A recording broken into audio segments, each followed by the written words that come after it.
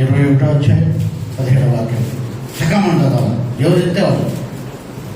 మరియు అతడు ప్రాకారమును కొలువగా అది మనిషిని కొలత చొప్పున 140 ప్రకటన గ్రంథం 21వ అధ్యాయం 27వ వాక్యం.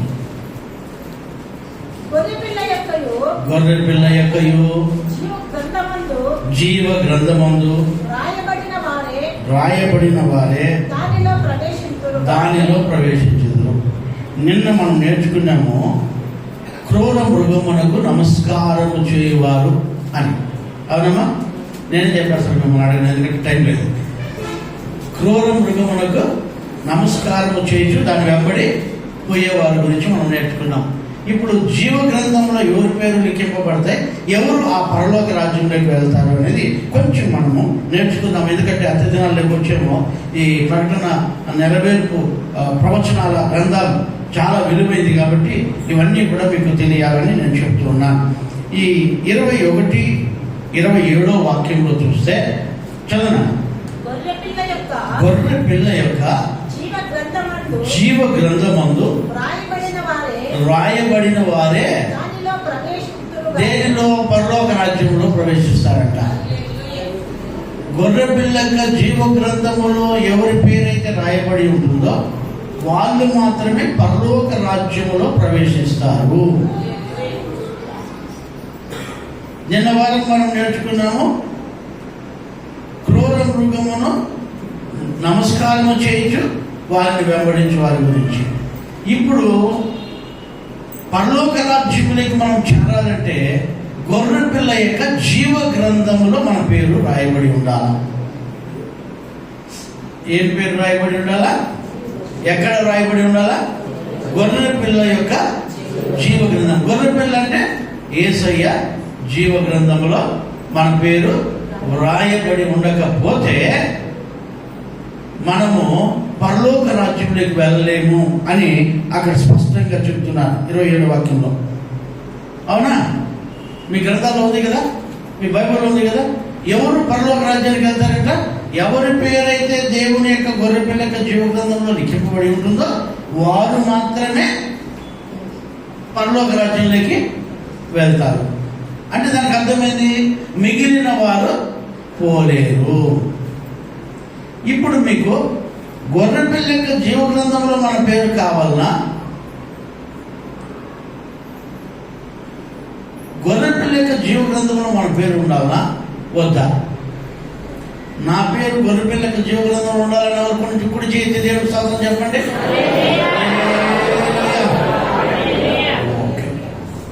ఈ గొర్రె పిల్ల యొక్క జీవ గ్రంథంలో మన పేరు లేకపోతే మనం లోపలికి వెళ్ళలేము.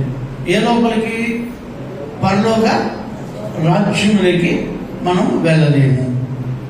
అక్కడ యెషయా గ్రంథంలో 52:1 చదువు ఒకసారి. యెషయా గ్రంథంలో 52వ అధ్యాయము 1వ వాక్యము.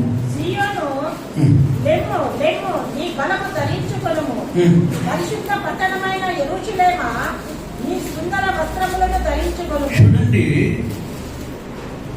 లెమ్ము నీ బలము ధరించుకో, పరిశుద్ధమైన యెరూషలేము పట్టణమా నీ సుందర వస్త్రములను ఏం ధరించుకోవాలమ్మా మనము? అమ్మా ఏం ధరించుకోవాలమ్మా? బలం ధరించుకోవాలా? యెరూషలేమనగా నువ్వే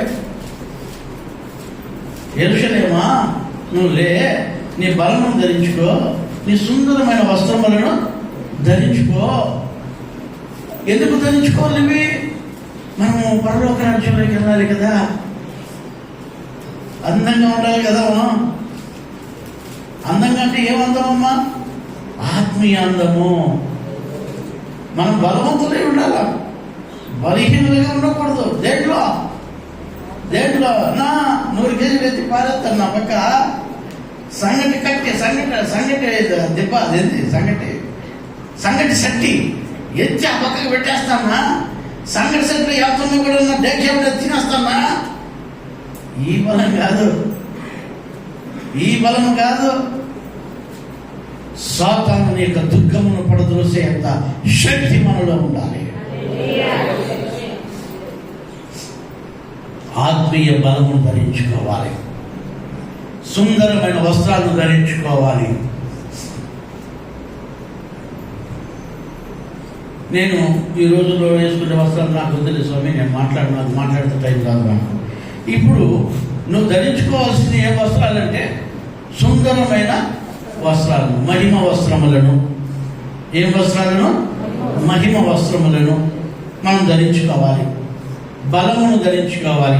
నేను పరిశుద్ధ పట్టణమైన యెరూషలేమా, నీ సుందర వస్త్రములను ధరించుకో. ఇక మీదట సున్నతి పొందని వాడు ఒక్కడైనను అపవిత్రుడు ఒక్కడైనను, సున్నతి పొందని వాడు ఒక్కడైనను అపవిత్రుడైన ఒక్కడైనను నీలోనికి రాడు. జగన్మా నేను దాంట్లో ఆ పరలోక రాజ్యంలోకి ఎవరు రాడంట? సున్నతి లేనివాడు. అంటే చెప్పండి, ఇంకా సున్నతి లేనివాడు, పొందనివాడు, అపవిత్రుడు ఒక్కడైనను నీ లోపలికి రాడు. సున్నతి లేనివాడు, అపవిత్రుడు ఒక్కడు కూడా లేడు దేవుడి లోపలికి. అంటే ఆ రాజ్యంలోకి ఎవరు పోతారు? గొర్రెపిల్ల యొక్క జీవ గ్రంథంలో ఎవరి పేరు అయితే లిఖింపబడి ఉంటుందో వాళ్ళు పోతారు. వాళ్ళు ఎవరైతే అపవిత్రంగా లేకుండా ఉంటారో, ఎవరైతే పరిశుద్ధులై ఉంటారో వాళ్ళు మాత్రమే దానికి పోతారు. ఎవరైతే పరిశుద్ధులుగా మార్చబడి మారు మనసు పొంది నీటి ద్వారా బాప్తిజం పొంది, సున్నతని నీటి ద్వారా బాప్తిజం పొంది ఎవరైతే నీతిగా బ్రతుకుతూ ఉంటారో వాళ్ళు మాత్రమే బలమును ధరించుకొని, వస్త్రములను ధరించుకొని ఆ రాజ్యంలోకి వెళతారు. ఆయన అంటాడు కదా ప్రకటన గ్రంథంలో 22:14 త్వరగా 22 అధ్యాయం 14వ వాక్యం. జీవ వృక్షమునకు హక్కుదారులు కలిగిన వారై గుమ్మముల గుండా ఎక్కడంటామా? దొడ్డిదారులు కాదు, దొడ్డిదారులో వచ్చేది కాదు ఇది. గుమ్మముల ద్వారా. దొడ్డిదారులు వేదానికి కుదరతాడా? ఆడ దొడ్డిదారులు వేదానికి ఎట్లా వెళ్ళిపోతాలే, ఎట్లా వెళ్ళిపోతాలే, పాస్ట్ వెనకాల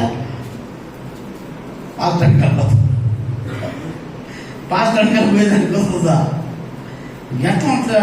గోడ దిక్కి వెళ్ళిపోతాంలే, ఎట్లా ఉంటుంది దాటుకుంటాంలే.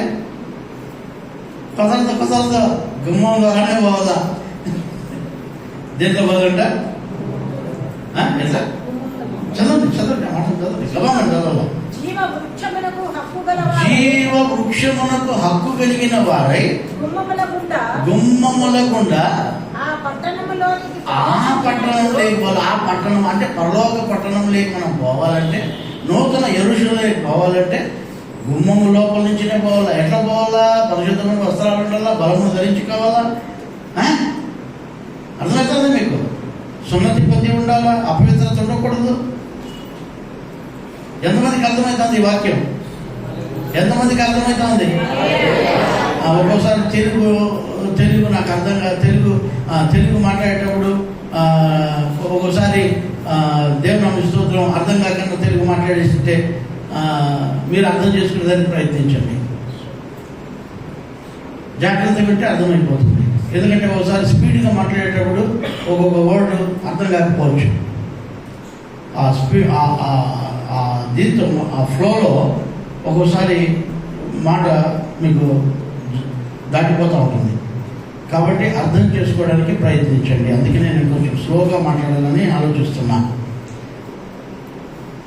మనం ధరించుకోవాలి, బలాన్ని ధరించుకోవాలి, వస్త్రాలను ధరించుకోవాలి, పరిశుద్ధతను ధరించుకోవాలి, సున్నతి ఉండాలి, అభిషేకం ఉండాలి. సున్నతి అంటే బైబిల్లో రాస్తుంటే ఓల్డ్ టెస్ట్మెంట్లో సున్నతి అవసరం లేదు. బాప్టిజం అనే సున్నతి కావాలి. బాప్టిజం అనేది సున్నతి కాదు, పరిశుద్ధత ఉండాలి. ఊరికి సున్నతి పొందేసాం, బాప్టిజం పొందేసాం, వెళ్ళిపోతాం. తెల్లటి వస్త్రాలు లేకపోయినా, బలం లేకపోయినా, పరిశుద్ధ వస్త్రాలు లేకపోయినా, సొగసైన వస్త్రాలు లేకపోయినా, బలం లేకపోయినా వెళ్ళిపోతాం. లేదంటే అబద్ధం, అది ఎంత అబద్ధం, పోలేదు. దొడ్డిదారిలో పోతా ఉంటే పోలేదు, గుమ్మంలోనే పోవాలా. ఎక్కడికి? జీవ వృక్షముల యొక్క దగ్గరికి. దానికి హక్కు ఉండాలా మనకి. ఎట్లుంటుందా? మీ ఇంట్లోకి పోవాలంటే మీకు ఏముంటుంది చెప్పండి? మీ ఇంట్లోకి ఎవరు మమ్మల్ని పోతుంటారా? ఎందుకు? మీకు హక్కు ఉందాడ, మీకు హక్కు ఉంది. ఆ ఇల్లు మీది. ఈ ఇంటికి పోతాను కరెక్టే. పరలోక రాజ్యంలో హక్కు లేకపోతే ఎట్లా పోతావు? చల్ చల్ చల్ చల్ అంటారు. బద్మాష్ చల్ అంటారు. చల్ చల్ కోనలేదు. ఎవరు నువ్వు? పదరా బయట, పదరా. బయట పడేట అంటారు. నువ్వు హక్కు ఉండాలా. ఏదేంట్లో జీవ వృక్షముల్లో హక్కు ఉండాలా. హక్కు లేకపోతే నిన్ను ఎవరు అడిగి రానిరు. రాణిస్తారా?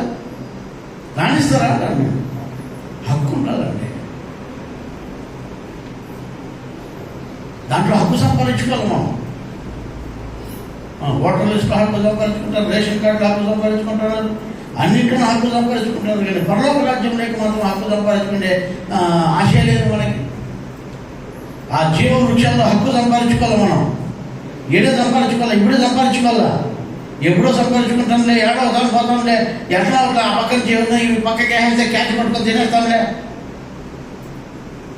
అబద్ధాలు అవన్నీ, కుదరని పని. గుమ్మాల్లో పోవాలి.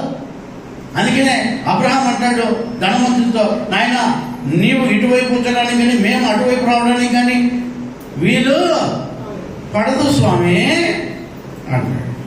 అయ్యో ఎట్లన్నా కానీ అలా అందరికి పంపిస్తుంది అంటాడు. ఈయన ఎవరు? ధనవంతుడు. అబ్రహాం అంటాడు కుదరదు స్వామి అంటాడు. మన నీ పని స్వామి, నీ పని స్వామి అయిపోతూ ఉంది. ఎక్కడ నిత్యం నరకండి వద్దు. అట్లా మనం వద్దు. మనం ఎక్కడికి వెళ్ళాలి? జీవ వృక్ష పదముల దగ్గరికి మనం వెళ్ళాలి. చదువున్నాను. జీవ వృక్షమునకు హక్కు గలవారై గుమ్మల గుండా ఆ పట్టణంలోనికి ప్రవేశించినట్లు తమ వస్త్రములను ఉదుకును వారు ధన్యులు. ఎట్లా ఎట్లా ఎట్లా ఎట్లా ఎట్లా తన వస్త్రములను ఉదుకుకోవాలంట. వస్త్రాలను మనము ఉదుకోవాలమ్మా. అమ్మ ఈ వస్త్రాలు ఉతుక్కుంటాము డిటర్జెంట్ బిల్ల వేసి, సర్ఫ్ వేసి. కానీ ఆ సొగసైన వస్త్రాలు ఉన్నాడే, ఆ వస్త్రాలు దేంతో ఉతుక్కుంటావా? యేసయ్య రక్తంతో ఉతుక్కోవాలా. Praise the Lord. Hallelujah, hallelujah, hallelujah. Yesayya రక్తంతో మనం ఆ వస్త్రాలను ఉతికి శుభ్రం చేసుకొని ఉతుక్కోవాలమ్మా, ఉతుక్కోవాలమ్మా, ఉతుక్కోవాలమ్మా, ఉతుక్కోవాలమ్మా, ఉతుక్కోవాలమ్మా. మీరు ఎప్పుడన్నా గుడ్డలు ఉతికినారా? గుడ్డలు ఉతికినారా? ఎంతమంది ఉతికినారు? ఒకసారి చేయండి. ఓకే. ఫస్ట్ మీరు ఏం చేస్తారు? గుడ్డలు ఉతికితే నీళ్ళలో తలపెడతారు, మళ్ళీ తీసి దానికి సోప్ పెడతారు, మళ్ళీ తీసి తెప్పి తెప్పి తెప్పి తెప్పి వేస్తాం. ఏడా? బండకే, బండకే. ఈ వాక్యం తెప్పి తెప్పినే మీకు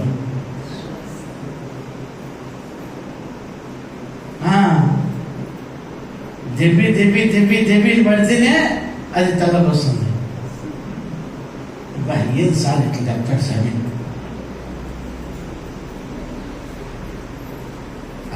మంచి మంచి వాక్యాలు చెప్తా కదా సారా. తెప్పి తెప్పింది ఎప్పుడు పడేది నీకు?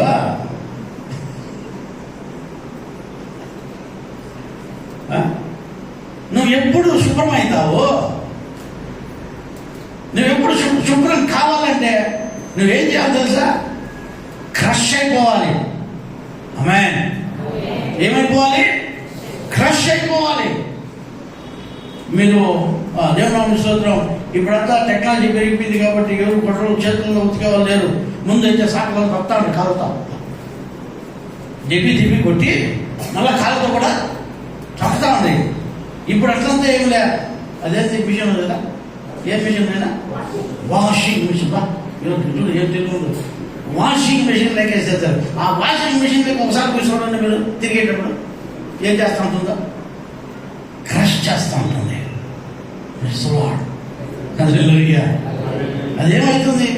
ఆ బట్టలంతా కూడా నలిపేస్తూ ఉంటుంది. ఆ బట్టలు శుభ్రం కావాలి. ఈ వాక్యం అదే, ఈ వాక్యం అదే.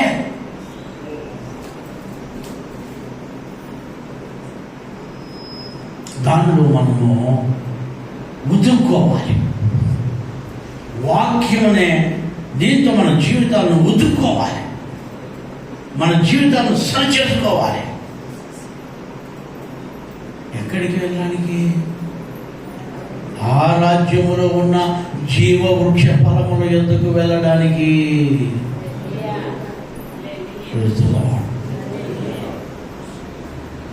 మూడో ఎదురు చదువుతున్న ప్రకటన 3వ అధ్యాయం 5వ వాక్యం. 3వ అధ్యాయం 5వ వాక్యం.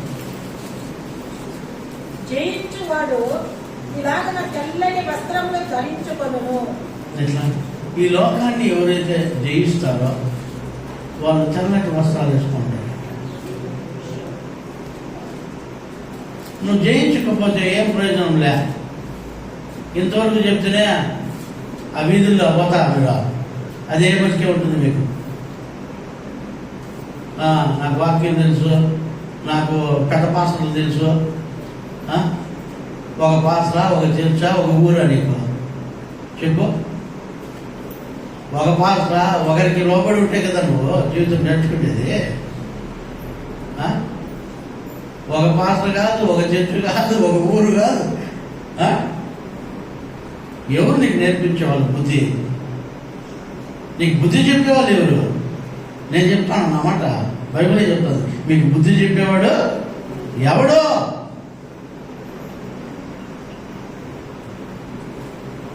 కొంతమంది పాపము ఏమనుకుంటారంటే వాళ్ళకేమన్నా గర్జించానా, వాళ్ళకేమన్నా గర్జించే మన చెట్టుకు రమ్మా, కానుకలు పోతాయన్నా. వాని కానుకలు వస్తానమ్మా, వాని కానుకలు మర్చాన పడుకుంటున్నాం.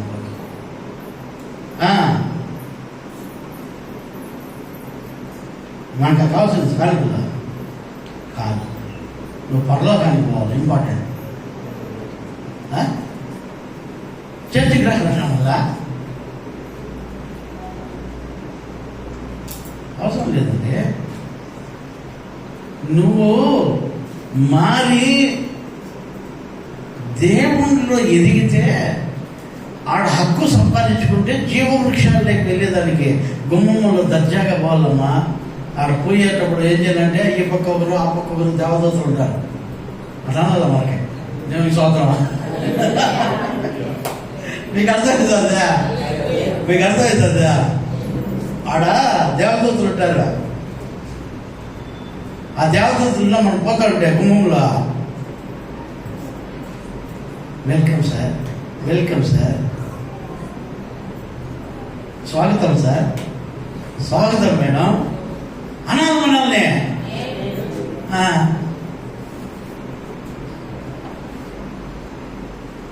అనాలయ్యా. ఈ పక్కకి రా.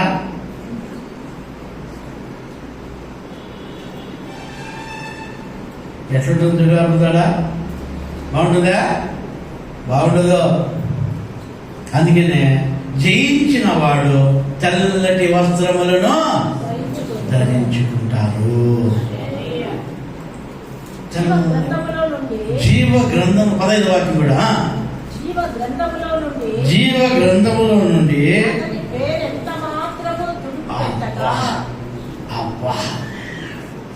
ఎవరైతే జయిస్తామో ఈ లోకాన్ని జయించాలా, కుటుంబాన్ని జయించాలా, ఈ లోకంలో ఉన్న జీవితాన్ని జయించాలా, యవన కాలాన్ని జయించాలా, వృద్ధాప్యాన్ని జయించాలా.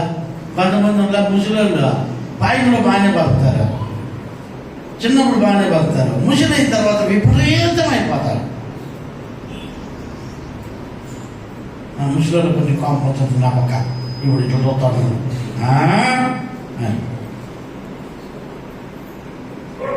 ముసలితనంలో మన తల వెంట్రుకలు నడిచే కొద్దీ మనం ఇంకా గౌరవంగా బతికేది నేర్చుకోవాలి. ఈ తల వెంట్రుకలు నడిచిన వారికి మాలికంట, సొగసైన మాలికంట. మనకి అమ్మా మీ వెంట్రుకలు తల వెంట్రుకలు నడుస్తాడయ్యా, రంగు వేసి కప్పేద్దండమ్మా, అది మీకు సొగుసు అంట. అమ్మా ఎట్లా ఆ సొగుసు అంటమ్మా అది మనకి. మనం ఏంటంటే చాలా కనపడకూడదు. మొన్న నేను మంగళ షాపుకి పోయినా, మంగళ షాపుకి పోతే వాడు కరెక్ట్గా నన్ను ఇట్లా పట్టుకున్నాడు. నాకు ఏంది మూతి గడ్డ పట్టుకున్నాడు గట్టిగా. ఆ మంగళయ్య ఇట్లా పట్టుకొని, సార్ కథలు కన్నాడు సార్, ఊరే ఏం చేస్తావు చెప్పురా అన్న. మీరు కథలు కన్నాడు సార్ అంటాడు. ఏం చేస్తావు చెప్పు, ఫస్ట్ గడ్డం చేసేసావు, కటింగ్ చేసేసావు, ఇప్పుడు గడ్డం గట్టి పట్టుకున్నావు, ఏం చేస్తావు చెప్పు అంటే, ఏం లేదు సార్ మీసాల్లో తెల్ల తెల్ల ఉన్నాయి, తెల్ల తెల్ల కట్ చేసి మారేస్తా సార్. నాయన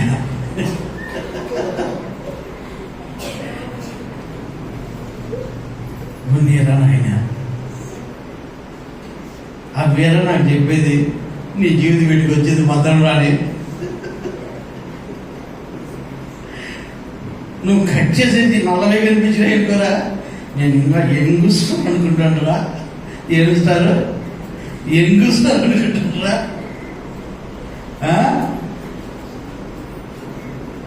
మా బతుకులు చెప్పేది ఇవేనా నాయన, అట్లే పెట్టురా స్వామి అని చెప్తే మీరు ఒకటే సార్ చెప్తాను తప్ప అందరూ కట్ చేసేయరా అంటారు. ఇంకొంత ముందంట పూసేరా అన్ను నల్లగా వచ్చేదా అంటారంట.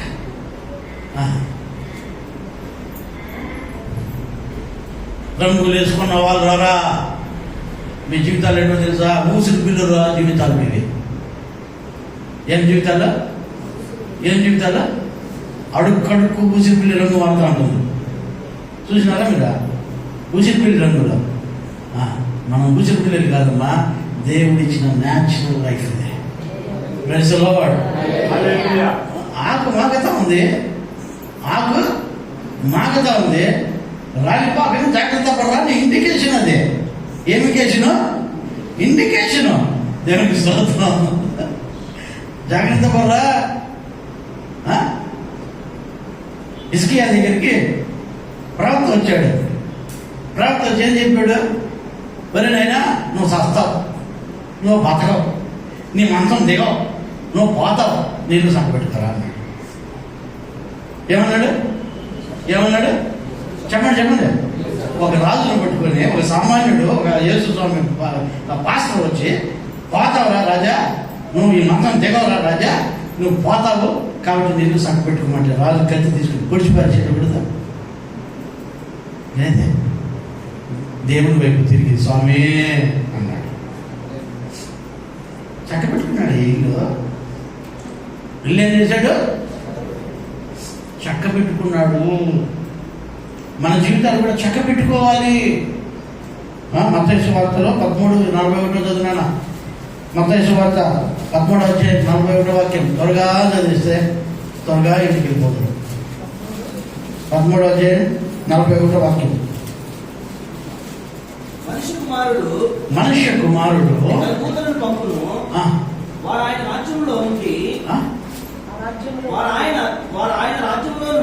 వారు ఆయన రాజ్యంలో నుండి ఆటంకములను సకలమైన వాటిని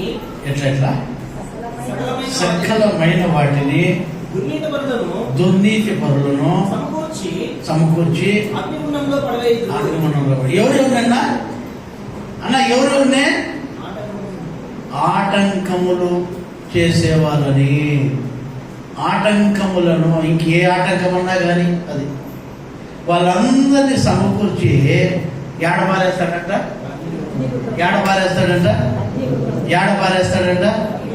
అగ్నిగుండములో ఆటంకములు అని అక్కడ వాయను. అంటే ఇంకా ఆటంకాలు ఎవరి వల్ల అయితే కలుగుతాయో వాళ్ళందరినీ అగ్నిగుండంలో పడేసే రోజులు వస్తున్నాయి. మన దేవుని రాజ్యంలో ఉండాలి. 21:8 చదువునా? 21:8 ప్రకటన గ్రంథం 21 అధ్యాయం. జన సమూహములను అనేకులు తమ బట్టలు ప్రకటన గ్రంథము 21వ అధ్యాయము 8వ వాక్యం. పిరికివారును పిరికి వారు బాగా అవిశ్వాసులను. ఇప్పుడు నన్ను నిదానంగా చదువు, అందరికి బాగా అర్థం కావాలి. పిరికి వారును అవిశ్వాసులను ఆ? అవిశ్వాసులను పిరికి వారు మొట్టమొదటిగా మీరు ఉండండి. పిరికోళ్ళు వీళ్ళంతా ఎవరు? పిరికోళ్ళు 1, 2 అవిశ్వాసులు, 3 అసహ్యులను అసహ్యులను నరహంతకులను నరహంతకులను వ్యభిచారులను మాంత్రికులను విగ్రహారాధికులను అబద్ధికులు అందరూ ఎట్లా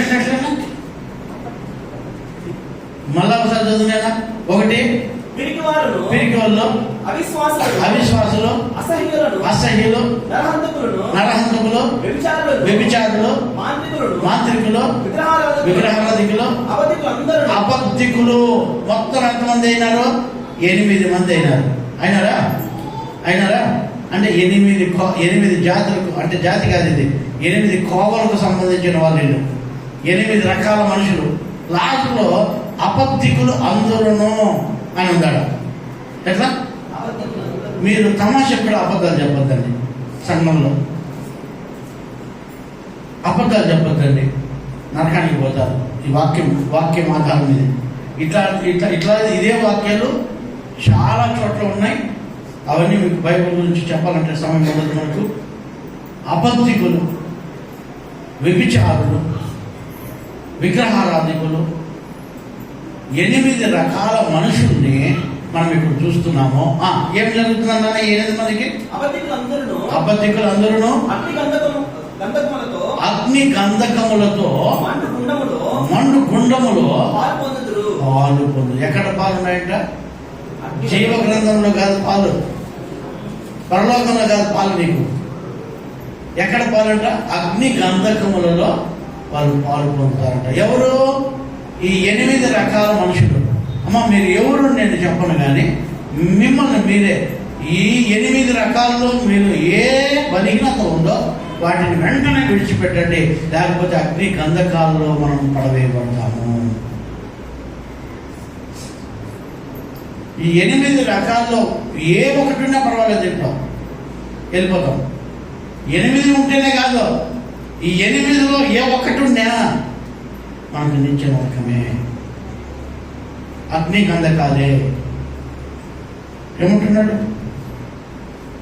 అగ్ని గంధకులతో మనం మాట పడిపోతాం. ఈ అగ్ని గంధకాలలో పడకూడదు మనం. కొంతమంది ఊరికైనా అబద్ధాలు చెప్తారు, నోరు తెలిసి అబద్ధాలు చెప్తాడు, పొద్దున్నే నిద్ర లేస్తే అబద్ధాలు చెప్తాడు.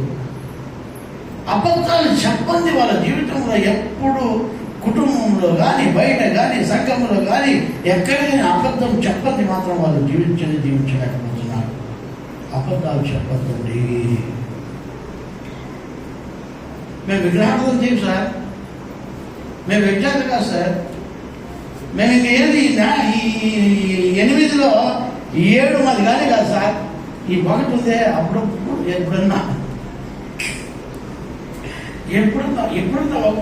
అప్పుడప్పుడే సార్. ఇక రోజు ఏం చెప్పండి, ఎప్పుడు అప్పుడప్పుడు సమయ సందర్భాలను బట్టి, ఎట్లా సమయ సందర్భాలను బట్టి అప్పుడప్పుడు ఏదో చెప్తా అంటాం సార్. ఏది అబద్ధం? అబద్ధికులు అందరూ అని ఉందా? అబద్ధికులు అందరూ అంటే ఇక 8 మందిను అగ్ని గంధకాల్లో వేయబడతారు. మనం వీటిని విడిచిపెట్టాలి. హాస్యానికైనా అబద్ధాలు చెప్పద్దండి.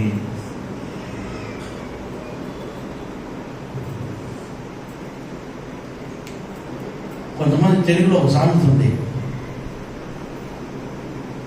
ఏముందంటే, ఒక ఇంట్లో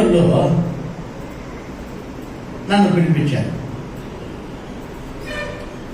వాళ్ళు ఎప్పుడు వాళ్ళ ఇంటికి నన్ను పిలవరు. ఒకసారి మనిషిని పంపించి రమ్మను అంటే ఏమో ఎక్కువ అది ఏమో ఎంతసారిగా చెప్తాను కదా, బాగా వినండి అమ్మా, ఇంత మంచిగా చెప్తున్నారు కదా, ఏమో పాప అంటే పోతు వాళ్ళ ఇంటికి పోతానే రండి పెద్ద సోఫాలో మంచి నచ్చని సోఫాల కోసం పెట్టారు. పోతానే నేను పోయి కుసోకనే ఇంత పెద్ద లోటాకు చాలా జ్యూస్ తెచ్చిచ్చారు.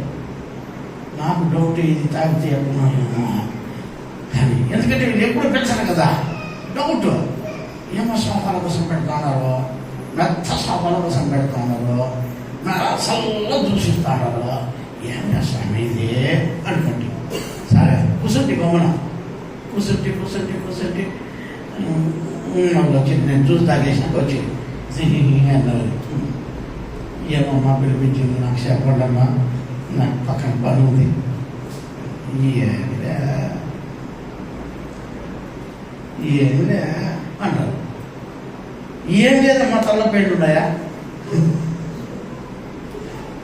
ఏదో చెప్పండి అమ్మా. నేను ఏమిలే మళ్ళా కూకుంటా.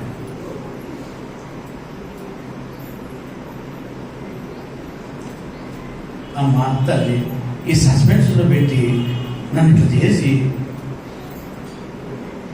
ఏం చేయిందండి, ఏదుకున్నది చెప్పింది టకామని అంటే, ఏమి లేదు నిన్న మా పాపను చూసేదానికి ఒకరు వచ్చింది, ఒక కుటుంబం వచ్చింది.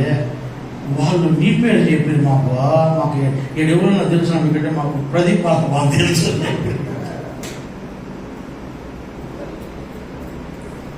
వాయమ్మ ప్రదీప్ పాత్ర తెలుసా మీకు అని చెప్పి మా గుండెల్లో వెళ్ళిపోయిద్దన్నా.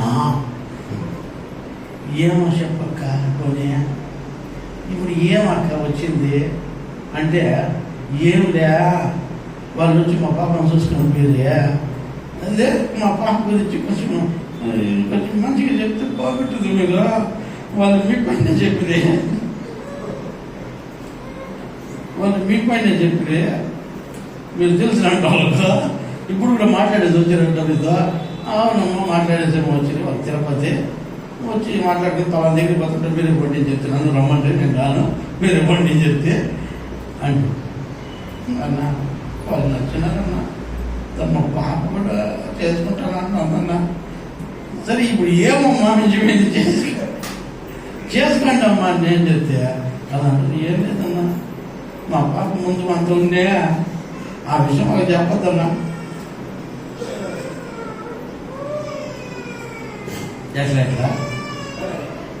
ఎట్లా పెళ్లి కాకముందే వాళ్ళ ముందు ఉండే కదన్నా, వాళ్ళతో చెప్పొద్దన్నా. నేను చెప్పండి అమ్మా చేసేసుకోండి అని చెప్పి నేను ఎందుకు చెప్తామ్మా, అదన్నా పెద్దలు చెప్తారు కదన్నా, నువ్వు అబద్ధాలు చేసి ఒక పెళ్లి చేయమని.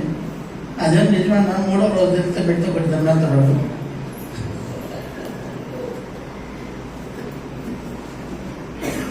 మూడో రోజు తెలిసిందనుకో ముచ్చటగా ఏం చేస్తాడు చెప్పండి. నువ్వు అబద్ధాలు చెప్పి ఒక పెళ్లి చేయాలా. నేను అప్పుడు చెప్తే అమ్మా ఉన్నట్లుగా వాడిని కోసం పెట్టి చెప్పండి, మా పాప లాగా ఇట్టా అట్టా చెప్పేయండి. వాడికి ఇష్టం ఉంటే చేసుకుంటే అంటే పోతాడు. మీరు దాచిపెట్టి మూసిపెట్టి నూరు అబద్ధాలు చెప్పి వాడికి పెళ్లి చేసి 3వ రోజు ముచ్చటగా తెలిసిందనుకో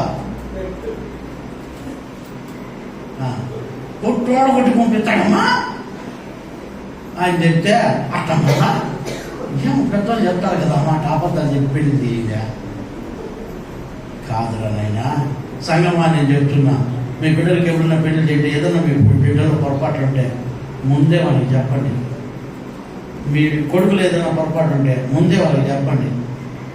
నచ్చితే చేసుకుంటారు, నచ్చకపోతే పోతారు. ఎందుకంటే మన పెళ్ళి అయినాక ఏం పా ఇట్లానే అంటే ముందే చెప్పలేదరా అంటాం. అంతే కదా, ముందు చెప్పినా కదా మళ్ళీ నువ్వు తెలుస్తాను అబ్బాయి అని చెప్తాం. నిజమా అబద్ధమా? అది నువ్వు అబద్ధం చెప్పేసి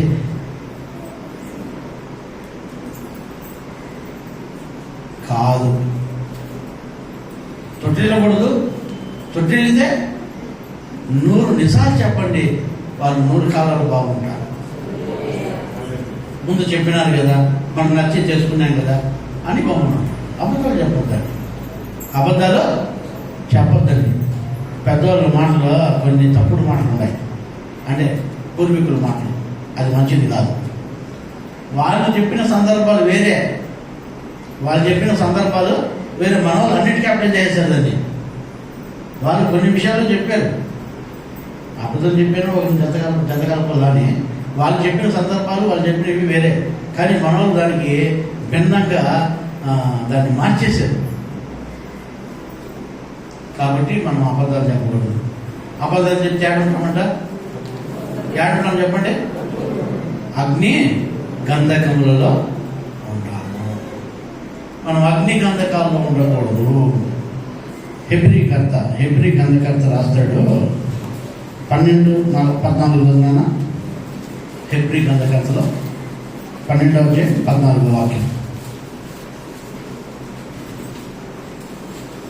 ఏమని రాస్తున్నారు అక్కడ? అందరితో సమాధానమును చూడండి. విశ్వాసులైన మనము సమాధానంగా ఉండాలి. ఎట్లుండాలా? అందరితో సమాధానంగా ఉండాలి. కొంతమంది ఊరికేనే బీపీ పెరిగి బీపీ రాగాలు బండబడ ఏంటి? ఊరికేనే కొట్లాడు. ఎట్లా ఉండాలి మనము? నువ్వు పరలోక రాజ్యానికి పోవాలంటే అందరితో సమాధానము కలిగి ఉండాలి. పాపముతో కాదు, అందరితో సమాధానము కలిగి చదువు. అందరితో సమాధానమును పరిశుద్ధత. చూడండి, బాగా వినాలా? సమాధానం ఉండాలా, పరిశుద్ధత ఉండాలి. నువ్వు పరిశుద్ధత లేకుండా అపరిశుద్ధతతో నువ్వు సమాధానం పెడితే లాభం లేదు. పరిశుద్ధంగా ఉండాలి, సమాధానం ఉండాలా, పరిశుద్ధంగా ఉండాలా. ఇంకా ఏం చేయాలి మనం? అక్కడ 2 మాటలు చెప్పారు. ఒకటి సమాధానం. దేనితో సమాధానము? అందరితో సమాధానంగా ఉండాలి, దేవుడితో సమాధానంగా ఉండాలి, సంఘంతో సమాధానంగా ఉండాలి, వాక్యంతో సమాధానం పడాలి.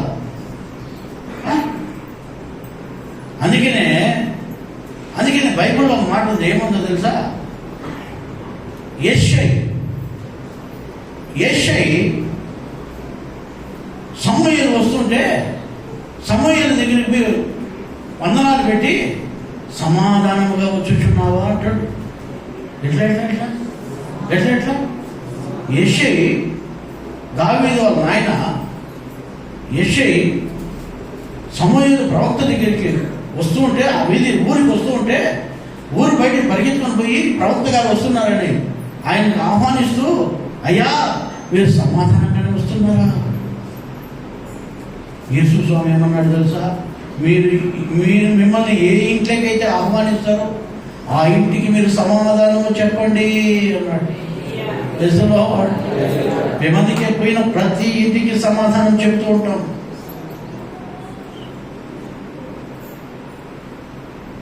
ఈరోజు దేవుని వాక్యం వింటున్న దేవుడికి ప్రేమ దేవునితో సమాధాన పడండి, భక్తితో సమాధాన పడండి, సంఘముతో సమాధాన పడండి. సంఘంలో విశ్వాసులు ఒకరితో ఒకరు సమాధానంగా ఉండండి.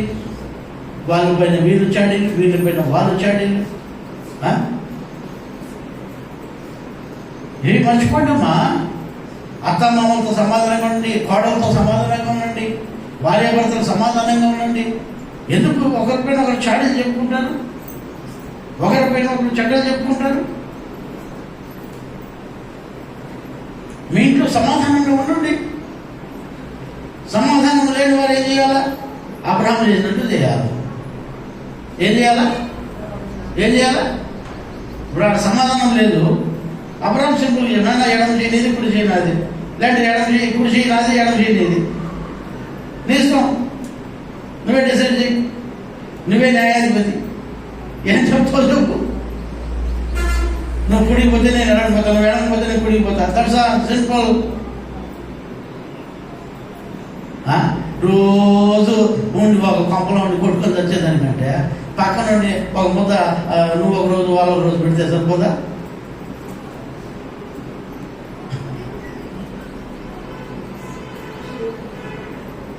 సమాధానం ఉండాలి, భార్య భర్తలకు సమాధానం ఉండాలి, అత్త మామలకు సమాధానం ఉండాలి, కోడలకు సమాధానం ఉండాలి. మీరు సమాధానం లేకుండా జీవిస్తే దేవుణ్ణి నవ్వుల పాలు చేయొద్దండి. దేవుణ్ణి, సంఘాన్ని నవ్వుల పాలు చేయొద్దండి. మీ వల్ల సిగ్గుచేటు సంఘానికి.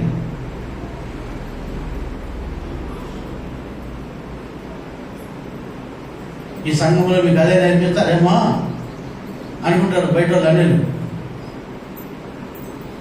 సమాధానం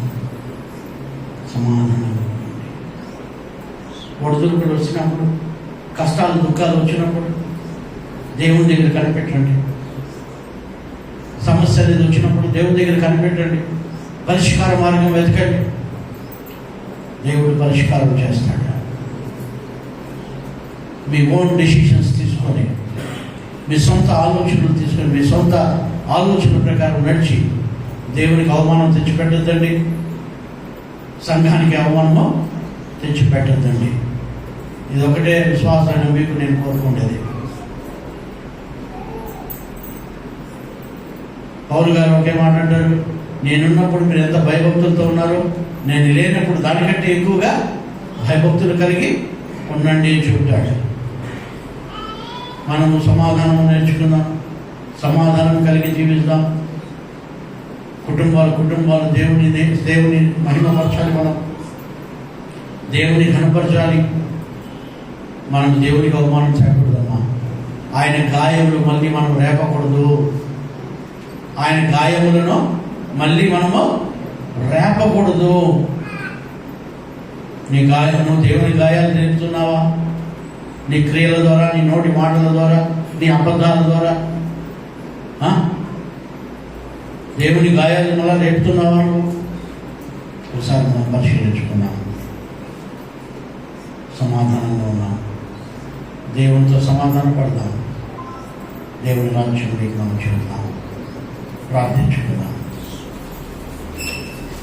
పరిశుద్ధుడు